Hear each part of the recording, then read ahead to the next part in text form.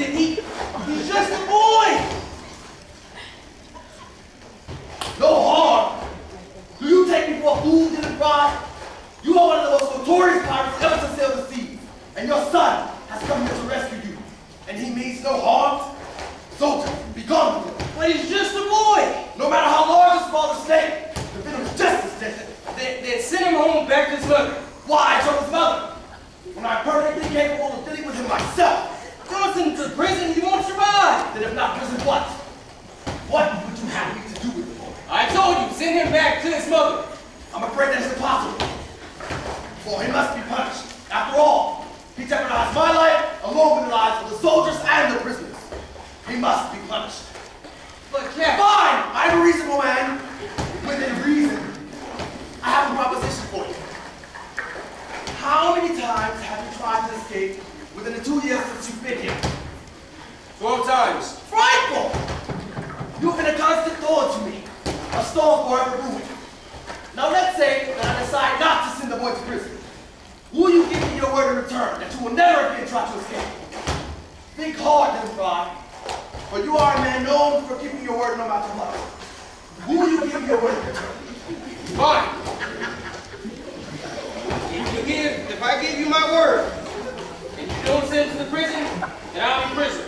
As long as I'm a prisoner, I won't attempt to escape. It is settled.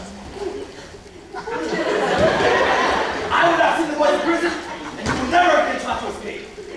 Now, for the boy's punishment. What you say, no, I said I wouldn't send him to prison.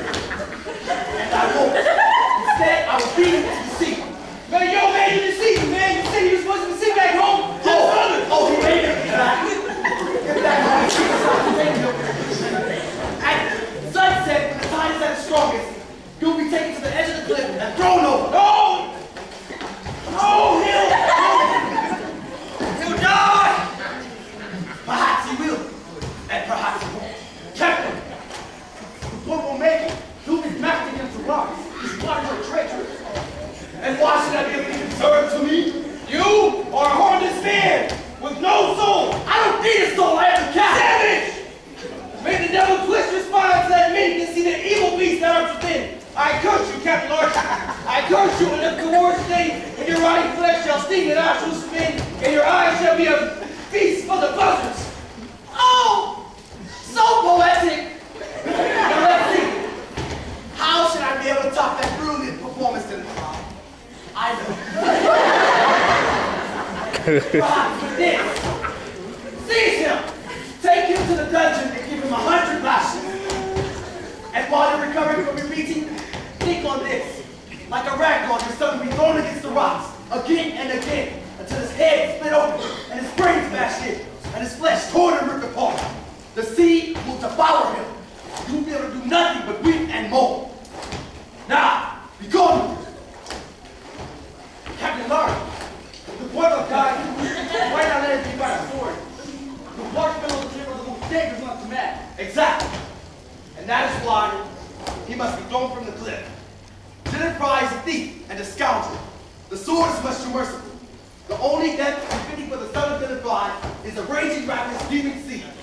Now, take to Dylan Fry and beat him. Beat him until his body shakes and quivers uncontrollably. Until his throat is so dry from screaming that he can no longer beg for mercy. Let me out! I gotta go rescue my father! Let me go! Let me go! Let me out of here! Lord! The father's ungrateful. Your father tried to get me again and did it not even bend. You know my father? Everyone knows your father. He's the greatest pilot I've ever seen the seas. I especially know him. I've been a member of his crew for years.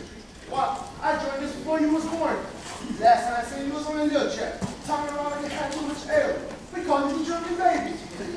I'm all grown up now, though. You figure, but I would say you was grown. You got a few years to go yet. I hear you can't rescue your father. And it wouldn't work. Don't fool yourself, boy. Your plan would have never worked. And how do you know? You don't even have a crew. What difference does a crew make? My father had a crew, and he was still captured. You're wrong. Your father was very captured. He sacrificed himself for his crew, and for me. What are you talking about? Captain Lash has been after your father for years. But why? Because Captain Lash is a selfish, greedy man who cares for no one. He travels to different islands, lying and treating the people. Then he sends his soldiers out. and he distracts them with shiny glass beads. Once he has gained their trust, he insists that they all attend a festival on the ship. He feeds them and gets them drunk. Then his soldiers go to the villages and take anything of value. When they return, there's nothing left. But what does that have to do with my father?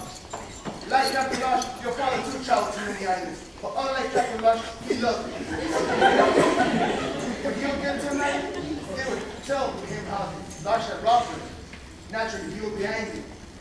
At first, only a few villages were victims of Lush. But then, almost all the villages have been victims. Well, just why wasn't Lush arrested? The law cannot arrest itself, boy. But if he was a pirate, Pirate? What makes you think he was called a pirate? he does all that pirates do: steal, deceive, and destroy. But it's different when you were in the law. He was not called a pirate. Then what was he called? He was called an explorer. I see. So why was my father not called an explorer instead of a pirate? Because he did not agree with Lush. He believed it was wrong to steal and deceive from the people. So he came up with a plan to stop Lush. When Lush's soldiers were all raiding the villages, we would show up, and we would send them running back to the villages, to the ship. But Lush was furious. He vowed to capture your father and lock him up forever.